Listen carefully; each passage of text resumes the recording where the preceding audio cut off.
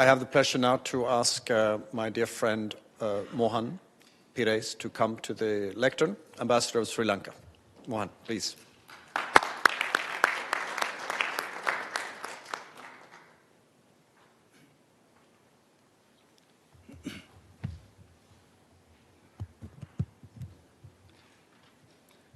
Ladies and gentlemen, as Sri Lanka's ambassador, it is a privilege and honor to be part of the Power of One award, the Oscar, as it has been described, of diplomacy.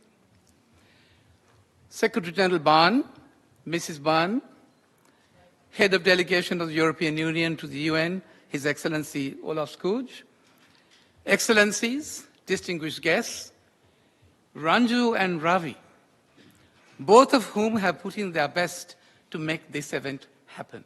Congratulations. Yes.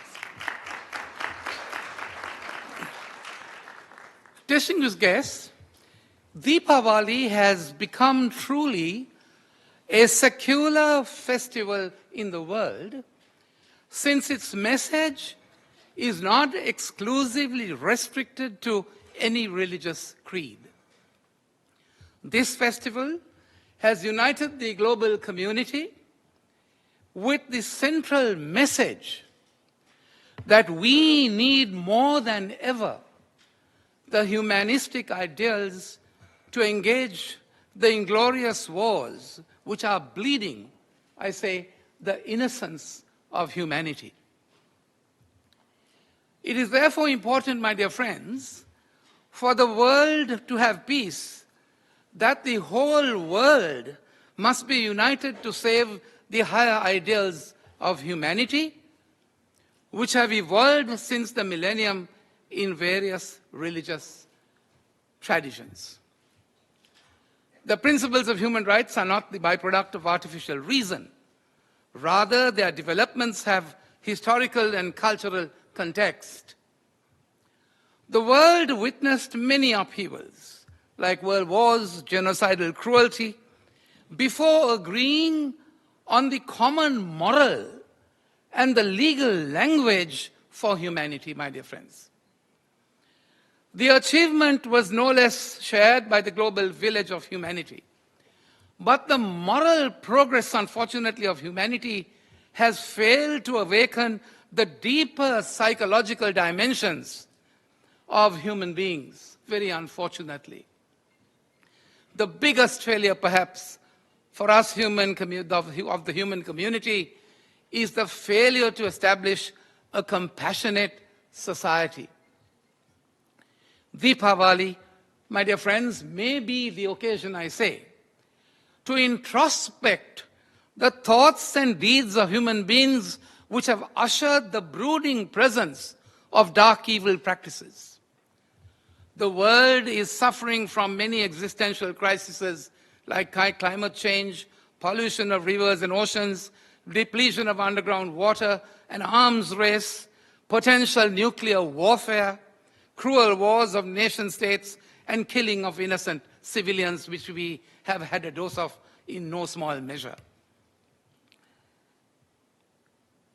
So there we are. Deepavali gives us, I say, a pious hope to defeat the dark forces against humanity's single ray of light which is required.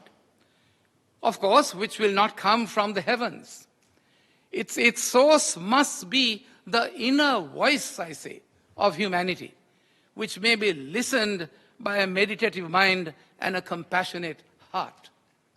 My dear friends, in philosophical discourse, it is asked if light is the presence of light or the absence of darkness. Perhaps, if you think about it, darkness is one of the contours of light, or it is the seed which has to grow towards its potentiality to be a star. There is a Taoist saying that knowledge is what we accumulate and wisdom is what we subtract.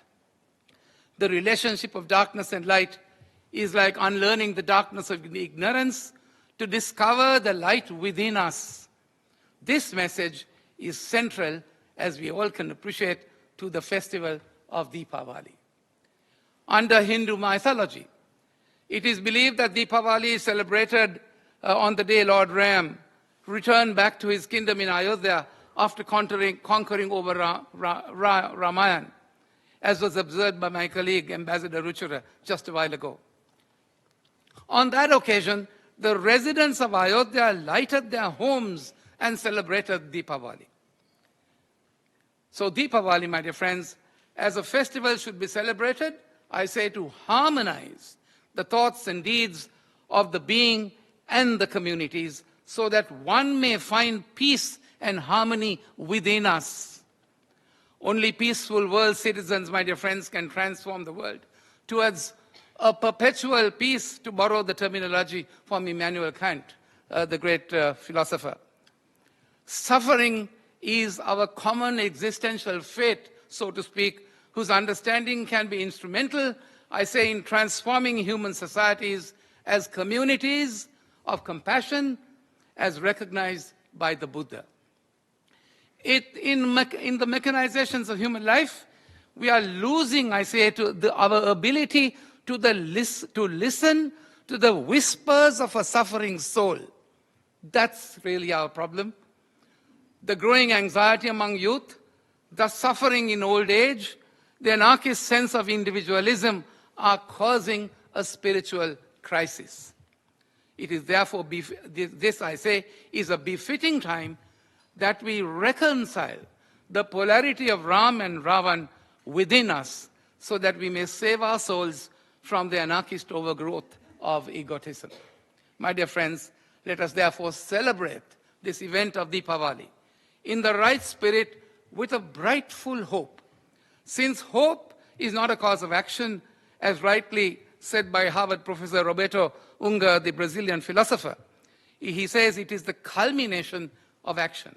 And those who fail in hope must act so that they may live a life of hope. May I wish all of you the greetings of Deepavali. Thank you.